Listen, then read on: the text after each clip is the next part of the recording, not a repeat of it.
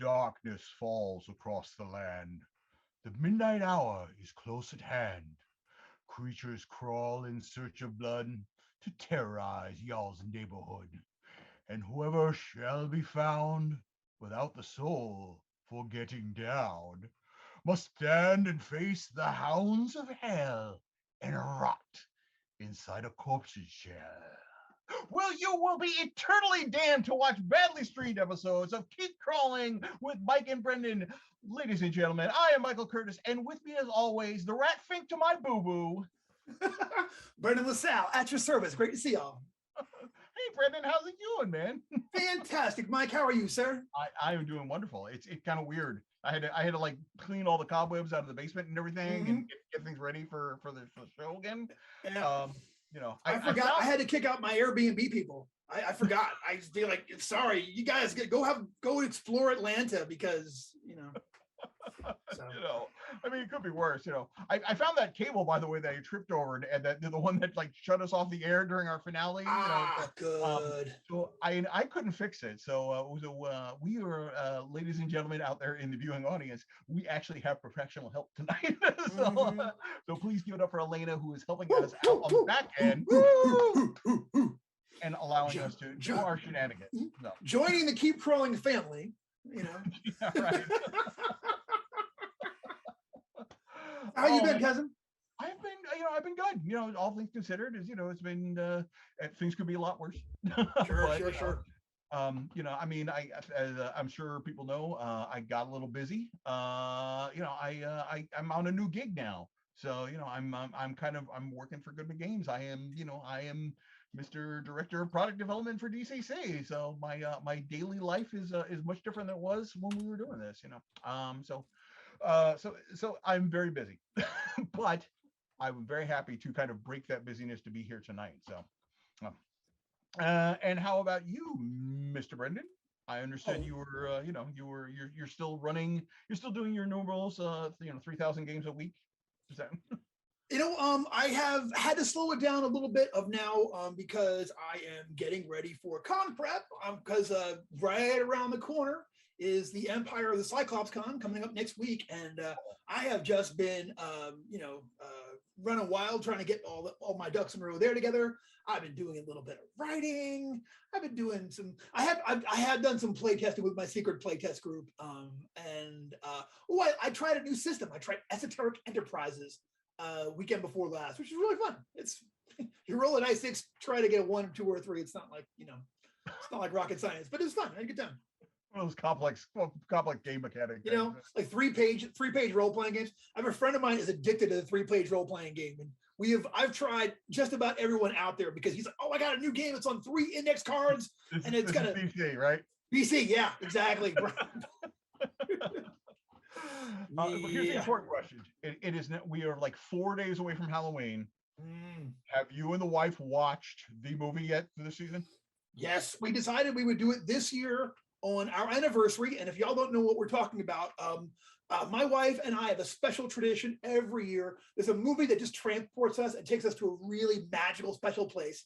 So this year on our anniversary on the 27th of September, we watched Shunned. Shunned Night. It never gets, I find new things in it every time. And they say romance is dead. It's Oh, so well, I'm glad, and I hope it gets better every time you watch it, because Lord knows it's difficult to get worse. So yeah, it's got nowhere to go but up, honestly. You know what I mean? So now, have you seen the sequel? Here's the thing. It's so funny. I feel it's called Bud the Chud. And I feel like the first time they didn't realize how funny it was, which is why it is so charming. And then I thought the second one, they're like, oh yeah, well, obviously everyone laughs. So now we'll make this one a comedy, and I'm afraid it will break my heart. So I've watched like the trailer, and a couple of times I've been like, but I just can't. I just, it's one of those, it's such a fragile, wonderful thing. I just can't, risk it and be mad about the Chud, for God's sakes. I don't know if I've seen it. I don't think I have, but I saw a lot of crap in college, and I wasn't always in the best state to remember what we were watching. I heard that. I do remember I watched Jim Cotta on Fast Forward. God, baby. Yeah. I remember thinking that movie was dope, and then like making my friends in college rewatch it, and then being like shrinking into the couch as they like lampooned it. Like. Well, watch it on Fast Forward. It's just like a 45-minute trip. All right. Well, as strangely enough, here we are. This is our second Halloween special, so I guess this kind of means now this is tradition, right? So Yeah. we just around the Halloween time we the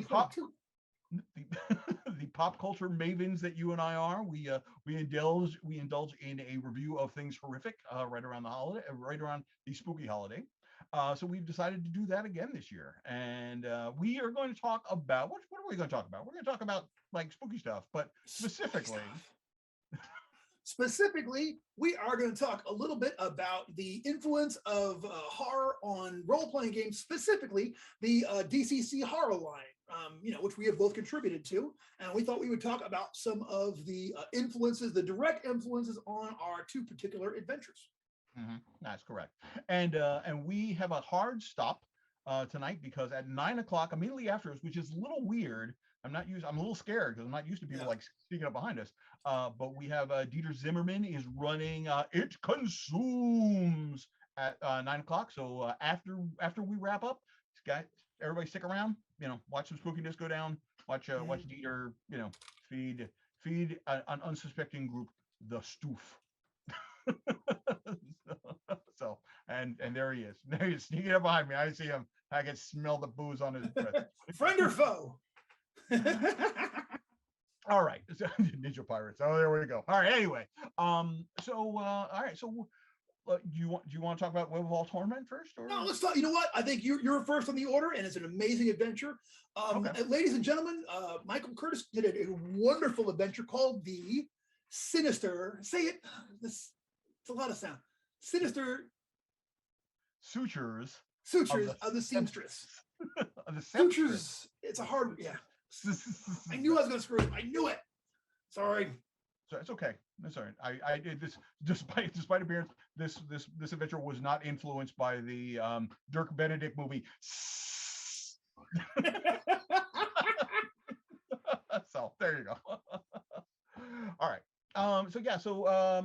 For basically, if anybody was unfamiliar with, and without any giving spoilers, well, actually, there will most likely be spoilers because, as we discovered in talking about Tomb of the Savage Kings, it's really difficult to talk about like influences stuff without specifically calling stuff out.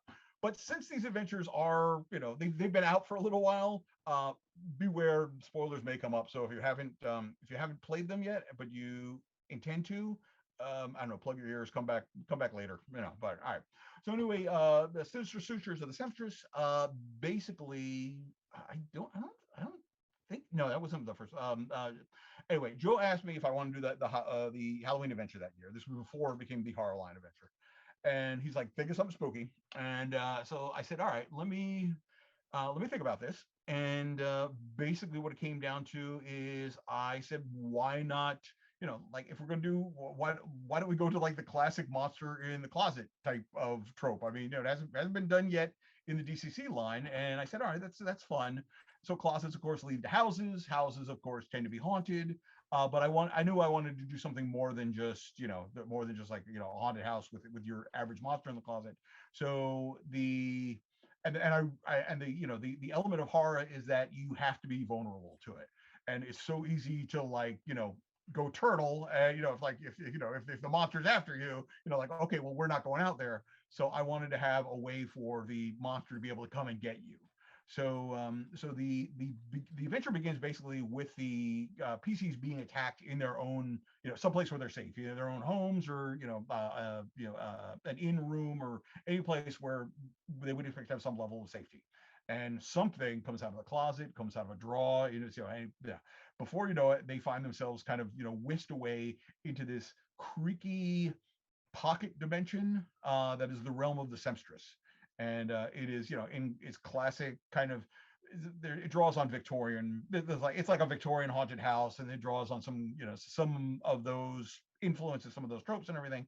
but when it really breaks down to it, it's all reality horror. It's really literally as the adventure proceeds, the PCs can start to to basically come apart. Like they start their entire physical nature begins altering. They can like their arm might become like a ragdoll arm or whatever. So so at its heart it's reality horror. So one of the biggest influence I would have to say on it, without being a direct influence, like you can't really like map something on like a one-to-one basis, would have to be like Robert W. Chambers' The King of Horror stories. I mean the King of Yellow stories, which is all very much about kind of this weird things ain't what they seem, or like they should things aren't what they should be, that sort of element of it. And Chambers has this kind of pseudo Victorian, although he wasn't really writing in the Victorian era, he was kind of post Victorian, but there is a lot of that, the classic gaslight and creaky old houses and stuff like that. So there's a lot of that is flowing through Sempstress. And even the title itself, Sempstress, is of course an old word for seamstress that nobody uses anymore. So I use that to kind of invoke that old series. So that's the basic of that. Now that's kind of where that comes from. I think that's cool. Well, it's a fantastic adventure. If you haven't checked it out, I really recommend it. And it's also one of those adventures that's also a cracking good read, like just as a reading thing. I think it's very, very hip. So congratulations. It's fantastic.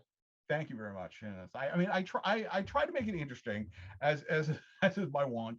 But one of the things I'm very happy of it is that there's one, because if anybody knows Intrigue of the Court of Chaos, that there's an encounter in there which potentially involves a ball of clay. It's like I do enjoy kind of doing like that meta gaming level at one point. I'm not saying what you can do with it. I'm just saying that there's a ball of clay, but there's also there's an encounter in Sempstress where you might meet somebody who is basically putting together some of basically kind of sewing together some of the Sempstress's creation, and he has basically his whole storage apartment. So if you're looking for a MacGuffin, and at one point I recommend the old kind of classic Halloween game where you kind of blindfold yourself and you have to stick your hand in the bowl full of corn syrup and cold peeled grapes for eyeballs, and do all the rest of that as a means of locating the thing that you're looking for. So I mean, it's a fun little mechanic, but not really all that conducive to when I run out of conventions. So Can you do it in 4 hours? Have you tried? I think it'd be hard. I think it could be done in 4 hours. I mean, it really depends. It's not, I want to say off the course of my hand, there might only be 7 to 7. I'm thinking 7 to 10 kind of encounter areas within the house itself. So depending on where you go, and there is some NPC interaction. So depending on if you talk to a lot of people, that might speed things up in one way, but it might slow things down in another. Where so I think you could do it in, it'd be a lean 4 hours. Well, I mean, but I think it could be done. I don't remember how long. I remember how long it took to play test. So, but I mean, if again, I don't think it's a good convention module anyway, because I think it's one of those things I think any of the Halloween modules, any of the horror modules should be done under slightly better controlled circumstances. You want to be able to turn the lights down a little bit and everything, and make sure that some idiot isn't walking by screaming for his Mountain Dew or whatever, dressed like like a stormtrooper or anything. So. I know, right? Sleepy Finger says that they've done it in 4 hours, 2 separate times. So so I'll stand by my agreement that yes, it can be done in 2. No. Outstanding, man. Great. As a high level con game. Cool. Yeah. So what about Web of All Torment, man? What was that? I actually got to play a very small bit of Web of All Torment under you during the Blaze. Yeah. I was at a guest host. I remember that I came in and things had been set on fire, which was not at all surprising, So. Yeah, I think you came in for day 2. I want to say. I don't think you were there for the intro. No, I was there when they got out. Yeah, you were there for the escape, which is cool. That's a hard. Well, so the basis behind that, I really wanted to write a horror adventure. I loved the horror line. I was so excited about it. And I did, back in the ancient days, I did a Call of Cthulhu adventure for Goodman for the Age of Cthulhu line. And I really was wanting to do it. I told Joseph I was going to, start back burner thinking of it. And I would just take notes whenever, in previous years, pre-lockdown, Lori and I would start horror movie season in like July, and it would go right up until Christmas movie season, which is, Thanksgiving week, and we would, thank you, Jess. Anyway, so we watched a lot of slashers that year, and that was my real influence. I kept thinking to myself, how would you make a slasher not just challenging but actually horrific for a group of adventurers? Your average group of DCC adventurers or any kind of adventurers, here comes Jason, Freddy, Michael Myers, and they cast fireball on them and blow them to bits, and it's like whatever, you know what I mean? So I really like the entire scenario. It really is slasher based, specifically Texas Chainsaw Massacre. That's the one that I really wanted to kind of capture that feel of, and it's got some food horror like action going on, like Texas Chainsaw Massacre did, where it was all like, they were all about the slaughterhouse. No, this is the best. It's better. That gun's no good. Like that whole thing, and like, yeah, exactly. Like, yeah, and just using, the whole, people as food, as horror, the whole thing, So, I tried to, that was the whole thing. Like, how could I reproduce that and actually make it challenging for a role-playing game, crew? And I feel like I didn't. I feel like I did it. It's certainly a pretty convoluted situation, and it's sort of like, again, here comes spoilers, but like in the beginning, you have actually been brought into this kind of a crazy dimension, and like you think you're there voluntarily, but you have been sort of succumbed to the mind influencing aspect of this place. And so in the beginning, you don't even realize you're in jeopardy in the beginning. You just think you've retired from adventuring and you've started a new life in this quiet little town as part of this quiet little everything and such. And it's so mellow, you just lock all your base, you just put all of your equipment and your spell books and your holy symbols, you just lock that up. You don't need it anymore. That's the old you. This is the new you here, So when you start off, you don't have your equipment, you're rusty, the spellcasters can't quite, get a spell off in the beginning.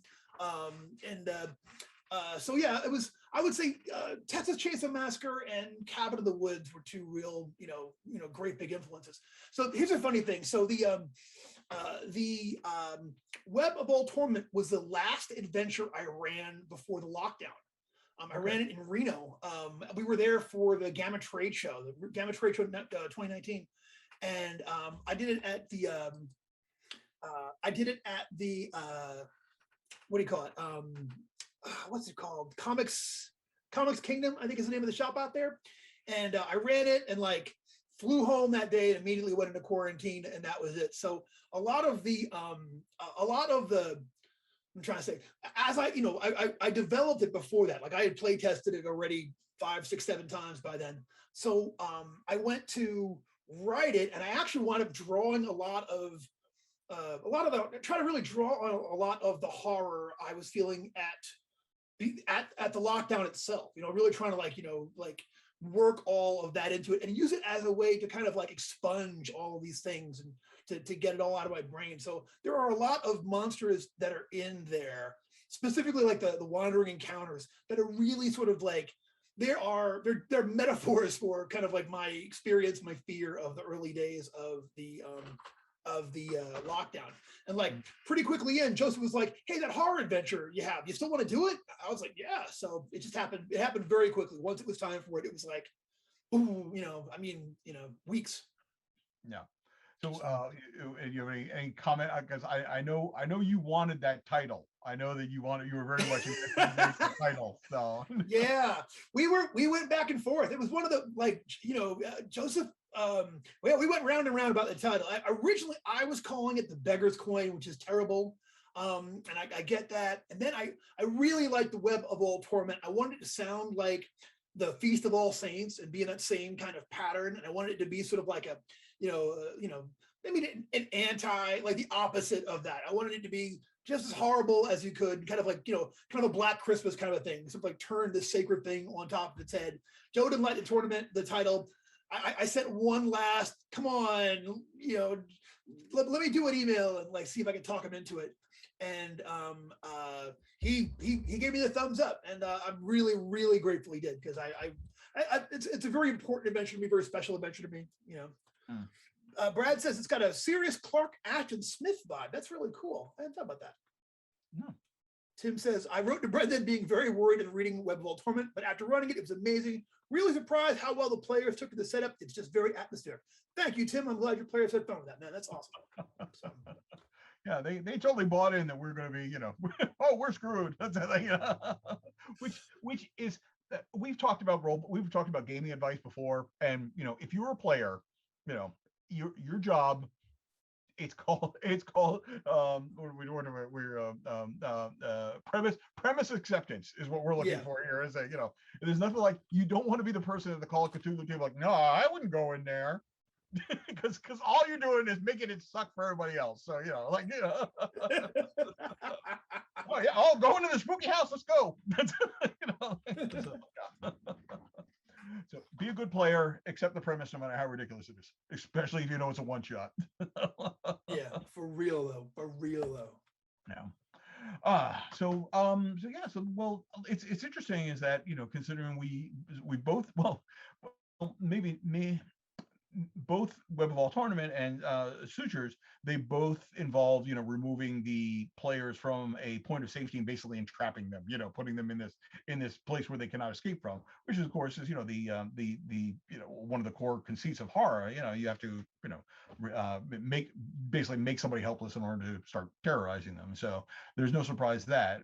But what is a little surprising is that I don't think, like, Chambers is definitely not on the Appendix N list except by casual acquaintance to Lovecraft, borrowing from him, and last thing I know is like the Friday the 13th Part 4 was not on the it's not among the classics of it. So, but there is we Brendan and I were talking about the Appendix and like some of our favorite Appendix N horror stories, and like basically what we would like, not what we personally what we like to do, but things that we can do with them. So we kind of did put together a list. We chose we did right. Yes. Okay, good. All right, so talk about premise acceptance. We're basically going to be we'll do a little quick round robin. We'll talk about some of our favorite Appendix N horror stories in the nature of the season, and maybe get some ideas about like how to implement these in a role-playing setting. We may end up with some of the same titles. We did not compare a list before this, so this is going to be kind of interesting.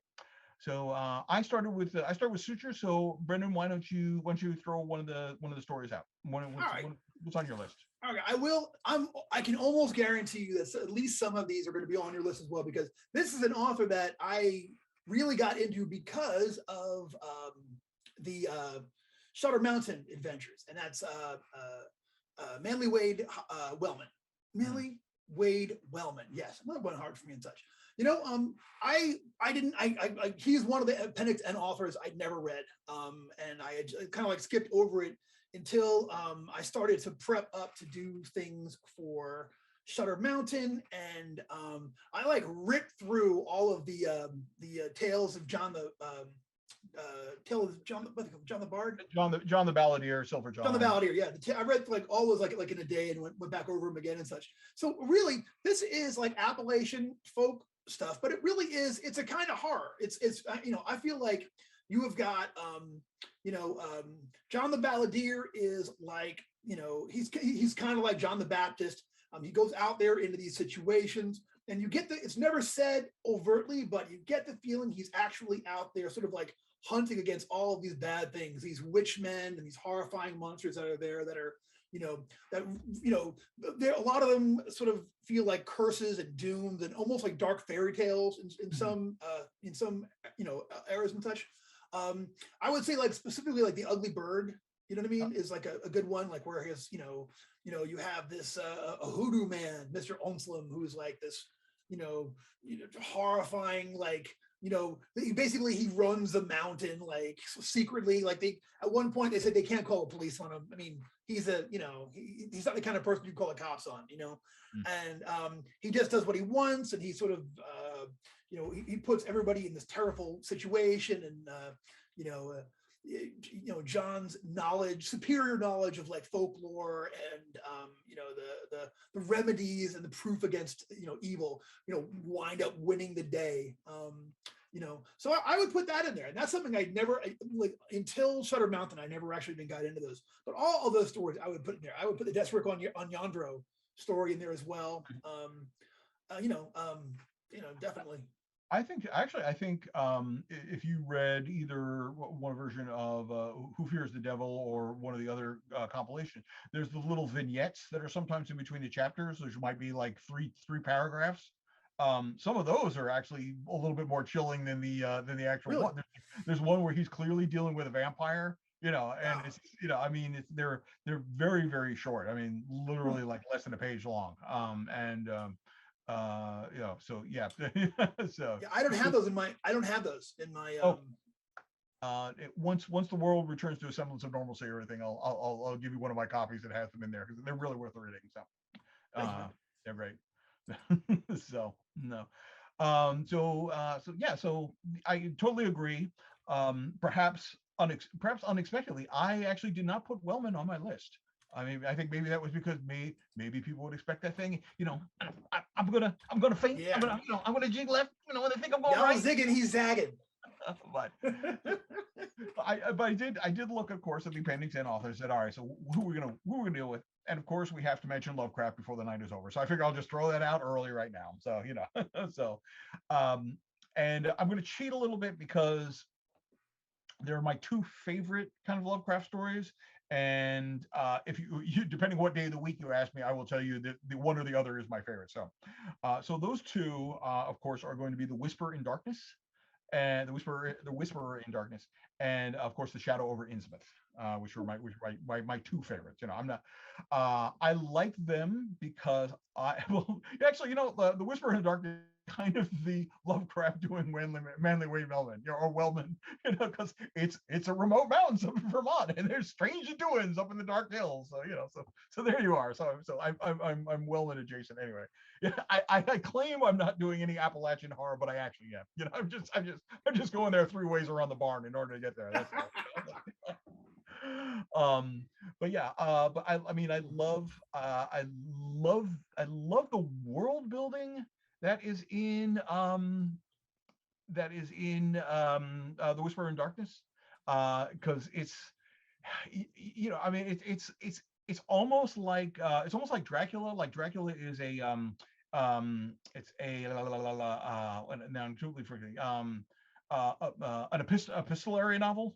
So you're getting things in bits and pieces, where The Whisper in Darkness is like you're usually getting stuff from like messages between the two principals, or you're getting like news reports or everything. So it's like somewhat like he uses the same thing in Call of Cthulhu. You're getting all these fragment information, and it's only like at the end of it where all the pieces come together and you realize it's like, oh, okay, I'm pretty sure I know what's going on here.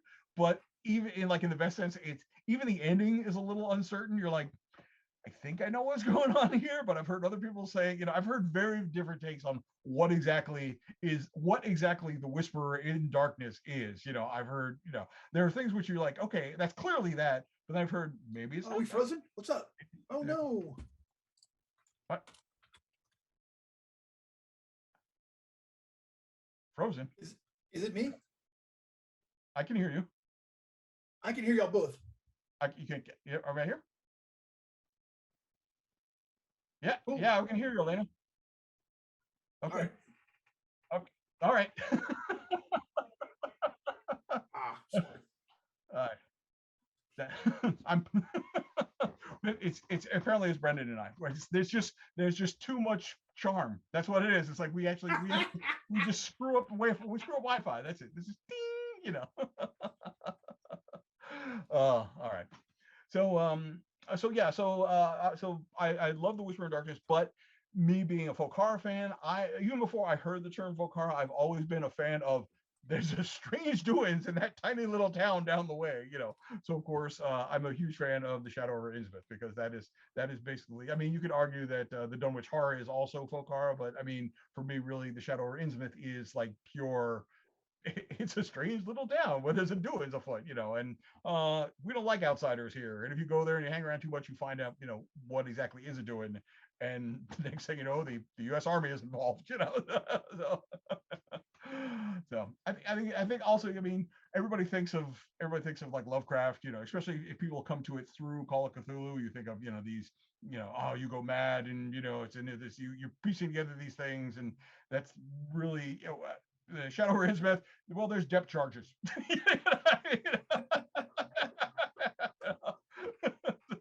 Man, sometimes you go mad, sometimes it involves an old book, sometimes it involves massive amounts of TNT being dropped off the tail end of a destroyer, I mean, oh, Love it though.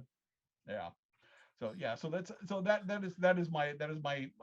call that my number third choice. Yeah.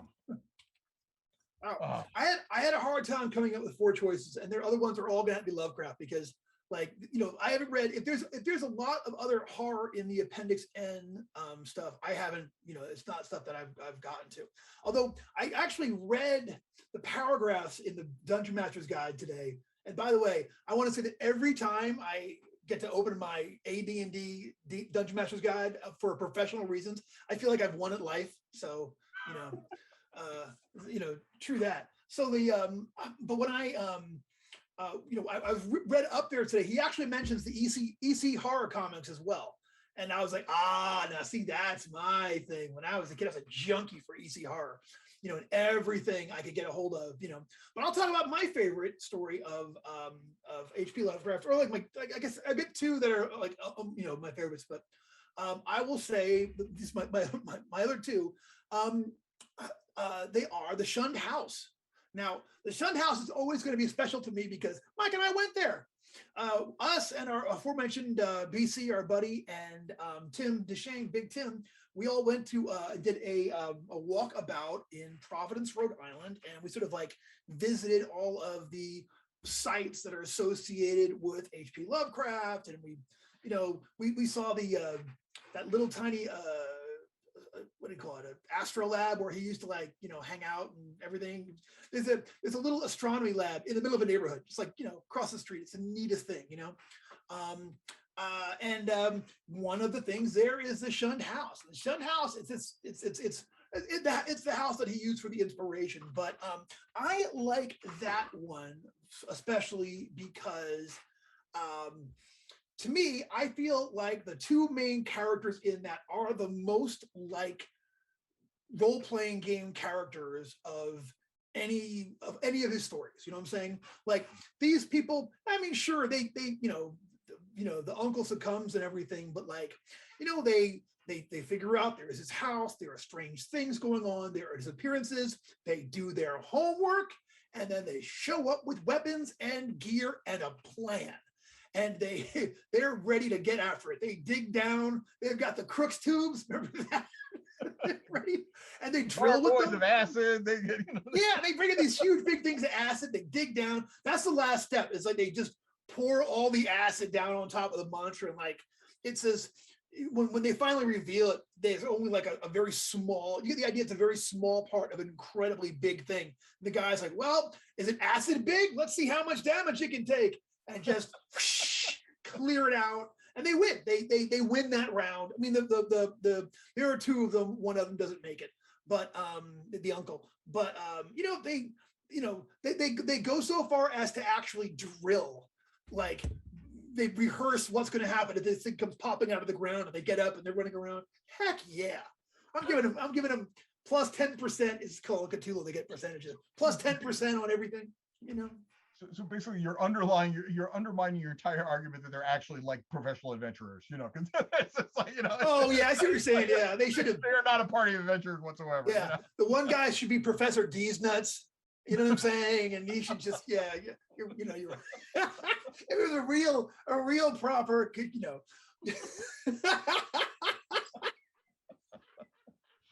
It's just, having a wacky time. Yeah. I love our hobby so much. I honestly do. That is a good one. That is, if more people acted like that group of characters, you might have more. No, probably not. You probably wouldn't have more survivors of Call of Cthulhu, but at least you die tired. There you go. So, yeah. I mean, they would know you showed up. Mm-hmm. That was a good trip. If actually on the Ghoulman Games website under When the Adventures in Real Life, it's been posted a couple of times. But if you want to see pictures of Brendan and I running around, and we do that, and that was a trip that I learned how H.P. Lovecraft kept his slim, gaunt New England figure, because them hills is steep in Providence. Let me just tell you. We did some walking, and he walked all up and down them. So so yeah, it's gorgeous. All right. So so that's good. Let's see. I put my list because I knew we'd get talking. And okay. Since I did not mention Manly Wade Wellman, I do have to mention Fritz Leiber, however. So I have to get something going on.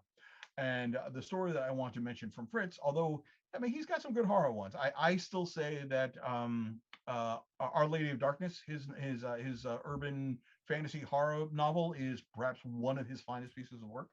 I debated choosing that one, but I said, since that's a whole novel, I said one is Duke's story. So I am going with The Girl with the Hungry Eyes, which is one of the classic modern vampire stories, and it's actually almost a it's actually ahead of its time, because The Girl with the Hungry Eyes she's a vampire, she actually becomes like a meme.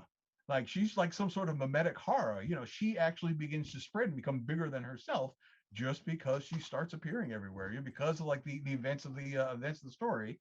The photographer who I think he's a photographer. Or might be a painter. I don't remember. The artist who discovers kind of the girl with the hungry eyes, the unnamed girl with the hungry eyes, and starts inserting her in ad campaigns all over the place. She begins to spread, and it's one of those things. It's like if you see her, there's just something so desperate about her that she's impossible to resist. And it's a great kind of creepy. It's no, Brad. He's not the Kim Kardashian O'Hara. Get out. That's it. That's it. That is that. You bad, Brad. That's it. You just hit him. I will not have the girl with the hungry eyes guys blemished by being mentioned with a Kardashian in the same sentence. So no, it's obvious. It's clearly a product of its time. I mean, it's very written. I think it's not late 40s, it's early 50s. So there's a little dodginess kind of between the artist and the model. But the girl with the hungry eyes is not some ingenue who is going to allow herself to be taken advantage of. But it's a creepy story. I remember I had out of a big collection of vampire short stories that I had picked up like summer of '90 or something, and I was working as a night watchman. And I was sitting back and reading that one night, and that really one got to me. I still enjoy that one, going back to it every now and then. And like I said, it's that like Fritz could not have predicted the idea of like this this mimetic sort of horror, this thing that it's so terrifying because it can't be destroyed because it's just bigger than just a single event. No, I think it's a great story. I love it. I haven't read it this year. I should go back and read it. No, but I just queued it up on my list. So add that to the list now. No. So you have another one? Well, all right, kind of. Okay, so this is a stretch a little bit, okay, but it's another Lovecraft, but this one is really, it's my other Lovecraft that I love deeply, but this one, it doesn't really come off as a horror story, but I feel like it's a bit of an existential horror story, and that is The White Ship. Basil Elton, he's the lighthouse keeper, and hey Raven, what's up? He is like the sea is always whispering secrets to him, and he can talk to it. It's very quickly. It's you realize that he is having some kind of an interior, kind of a trip. He sees this white ship occasionally show up by the lighthouse that he keeps. Eventually, he gets called over there, and the white ship takes him on a journey through all of these fantastic world. And like he actually wanders over to the ship on a bridge made of moonbeams, you know, so you instantly know, okay, clearly, you know, to me that says dreaming. That's which is always a big always a big theme of the Lovecraft stories. And they go and visit all of these places. They pass by like the city that is like all of the wonderful things that artists have thought of only one time and that never got a chance to put down, but they don't go there. You don't want to go there. And then, you know, the place of where all the fancies that like, all of the things that everyone finds to be extraordinary. And they go there and they wander around for years, but there's this far off city he wants to visit. And his friends and the captains are like, you don't want to go there. You absolutely don't. This is the forbidden land where it's like our hopes and our dreams, like the things that are unreachable are out there, but he wants to go and he does it. And it winds up that the journey ends for him. It deposits him home. And when he gets there, he realizes that for the first time ever since his grandfather's day, he has fallen asleep. He has let the lighthouse go dark and a ship has crashed and wrecked out there. You know, so to me, it's this like this idea of like he has this moment of where he's trying to dream himself better than he is and dream into a bigger world, into this, like let his interior world take over for a while, and he takes his hand off the tiller and everything cracks up and such. And to me, that's a little bit of existential horror. You know what I'm saying? Like that's a little bit, I totally agree. And the unfortunate thing, it's almost it's a realistic horror, because how many times in life, tell like, oh, don't you dare dream of bigger things. Like, you are in your rut and you better attend to what you have to. And if you try to get out of it, bad things will happen. So yeah. Mm-hmm. Yeah, the whole world tries to get you to do that, so. Yeah, I'm a sucker for a good lighthouse story, which we will most likely get to before we run out of time tonight. Ooh. But yeah. So what I chose as kind of my final one is I want to stick with the Appendix N authors, and I want to do one which I actually discovered somewhat recently, and I was just like, I'm surprised like I haven't heard more of it, because it's from an author that you do not normally associate something horrific with, and that would be Lord Dunsany. And Lord Dunsany, he wrote a story called, and it's a very non-Dunsanian title. It's called Two Bottles of Relish, and it is you can argue whether it is like a crime story or whether it's like a crime story or whether it's a horror, but I think it falls very sweetly into the horror thing just because the way that it wraps up.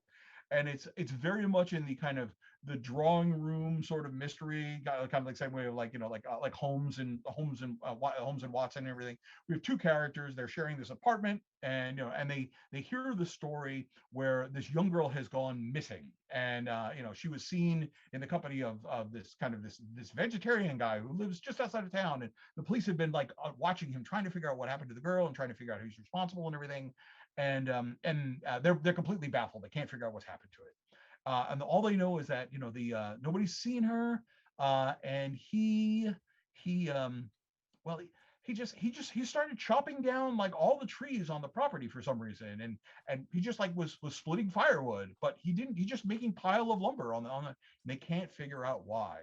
And so the two gentlemen of the story, they start to figure out why. And one of the two gentlemen he's a salesman for the Num Nummo Relish company. So he's a relish salesman. So between the two of them, they're able to figure out what exactly the fate of the young lady is and solve the crime. And you're reading this and you're like, and it's one of those things. It's so beautiful because nothing is really explicit, but like when it ends, like the final lines, you're just like, oh, that's just like, oh, you're like, nice. Lord Dunsany,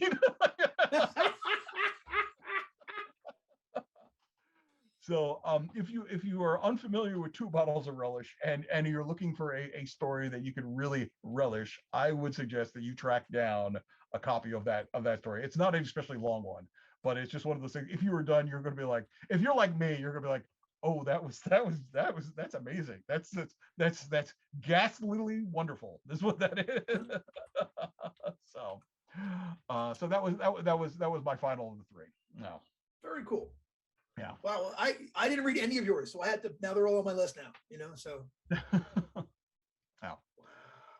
Oh well, believe it or not, we got less than 15 minutes left. So we also picked out because Brendan and I, we're all about the pop culture thing. Mhm. So we've had some time on our hands. Did you have you had some time to get some good spooky movies that you have not seen before that you can recommend? I have, and I will admit that a lot of this year has been us rewatching all of our favorites. Last Mm. night we did Return of the Living Dead again, and just I'm so fond of that movie. I've been talking about it all day. But I did see some new ones that I recommend. They're really cool. We should check out. So the one saw was The Columnist, which it is a Dutch horror, I believe Dutch language horror movie.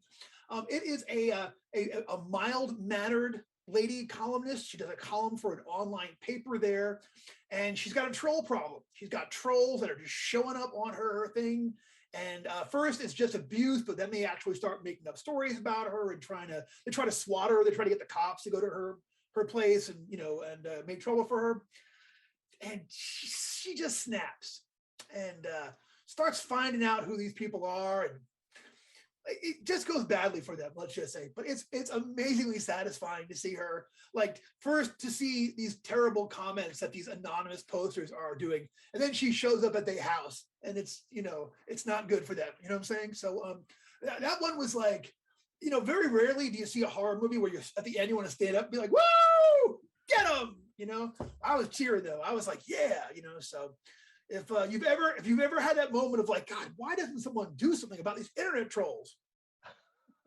See The Columnist. I recommend it. A lot of fun. And and I can imagine, as someone who is a semi-public figure who has to interact with people online all the time, it was especially delicious movie for you. I mean, I don't, I'll tell you what, I don't have that bad because I'm not a woman on the internet. You know what I'm saying? That's a big part of it, is that this is what happens. Guys just Okay. dogpile on ladies over there and just across the board. So, but yeah, let's just say I've had a bit of that, never enjoy it. And, while I certainly in real world don't wish violence upon anybody, especially not the way she does it, which is oh messed up. But I do admit, sometimes you're like, why can't someone do something about this? Hmm.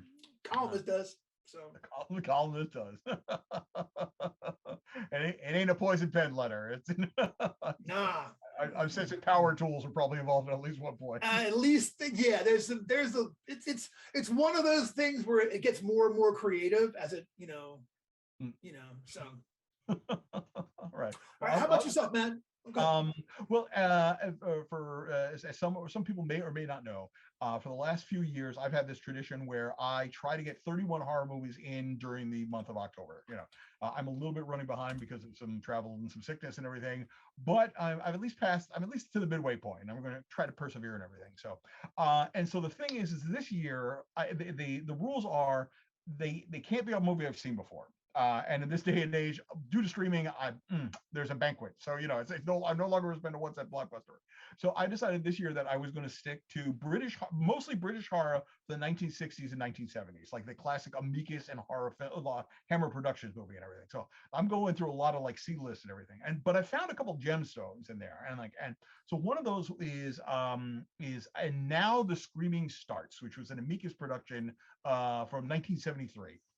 It's got Peter Cushing in it. It's not a Hammer production. It's him slumming over at Amicus, and it's unusual for Amicus because Amicus did mostly modern period movies, and this is like I think their only period movie. And this is just a delightful gothic movie. Like it's set in the 1700s, and it's out in a little manor out on the moors, and there's secrets amongst the family, and I've seen a lot of horror movies and I watched this movie. I'm like, oh, it's beautiful and everything, and like 4 minutes in, I get a jump scare, and it got me. I'm like, oh my god! It's like I haven't got a good jump scare in a while. Like this is gonna be good. Nice. So it was just. I think it's an overlooked gem. I mean, if you enjoy the Gothics and you've seen them all, if you want to do something like Transylvania Adventures, or if you want to do something in the Victorian age or something along those lines, I mean, it's got a terrible title. And Now the Screaming Starts. I mean, it's very much, but it does not sound like it is this Gothic period piece, but it really is. It's very atmospheric. It's got all great stuff. Family curses, dogs howling out on the moors and everything. I can't recommend it enough. So, no. So yeah, add it. That's right. Add it to your Tubi list. That's right. um. So so how about you, man? What's another one you got? All right. My As second we one. watch the hours quickly count down and I know, damn right? yourself, the drunk. All right, you know what? I'm going to squeeze two in at once. Okay, here it goes. So my wife hates Stephen King. I'm a fan. She hates him. So, but this year she wanted to watch some of the new Stephen King movies. So we did back to back. We did 1922 with an adaptation of one of his novellas, which was very hip and spooky and atmospheric. And oh, what's the name of the actor? Oh, I put it in my head. Now I can't remember it. John, that big guy, the Punisher. He was in the. It's got the Punisher. Thomas. Thomas Jane. Thomas Jane. Thomas Jane. Right. Yeah, he's excellent in it. It's really, really, really good. So we watched that one. That was great. And then we watched. It's a collaboration with him and one of his horror writing kids, which was In the Tall Grass. That is spooky and weird. That's like a. I was trying to think of like a way to describe that genre, and like in my mind, it's like man versus genii loci. You know what I mean? Like there's a presence in this place. All these people are drawn into it, and then they're trapped. And they spend the rest of the movie trying to get untrapped and stop being in this place and break this weird spooky cycle. So they were both a lot of fun. I thought that the 1922 to me, that's like, I thought it's like quality wise, like that's like a Shawshank Redemption or, as far as Stephen King stuff goes, it was really, really excellent. Yeah, it's got this kind of Tom Joad feel. It's like, 1922. It's, it's rough. It's got a hard time. It's hard to hang your hat on it because you kind of hate a lot. Like you're not pleased with any of the characters, but it really is atmospheric and good, and the spooky bits are very spooky. Okay. This is not one for my list, but have you seen Absentia, the movie Absentia? I don't think I have. Oh, it's a good one.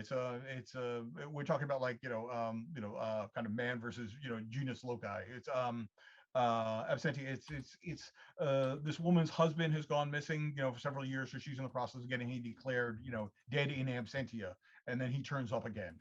And it's just kind of let's just say there ain't something right just down in that weird tunnel that goes under the highway just down the street, so that whole kind of that's awesome. Yeah. There's one we love that I recommend to everybody. It gets a lot of hate online, but it's called Yellow Brick Road, all one word. Oh God, I love that. I love that one. Right, that man. That I like that and Pontypool I watched the same weekend. Oh yeah. Oh, we should watch that again this year. There's so many good ones. But like both of them. Well, I feel like Yellow Brick Road is another one, man versus genii loci, where there is we don't really know what it is. It's the theater, it's the presence, it's the song, and everyone just goes nuts. So if you haven't, I'll put it in the texture. I'll put it in the texture. It's really good. So, all right, Mike, we're down to minutes. What's your next one? Okay, all right. Another one from the second one from my list is The Tower of Evil. I told you we were going to get back to lighthouses. And are you familiar with The Tower of Evil? Yeah. I had not heard of it until this year, and it is just such a delightful movie. It is literally so. My opinion was like so many people have seen this, so few people have seen this. You can literally rip this entire thing off for like a horror investigation game, and ain't nobody gonna know what the heck is going on here.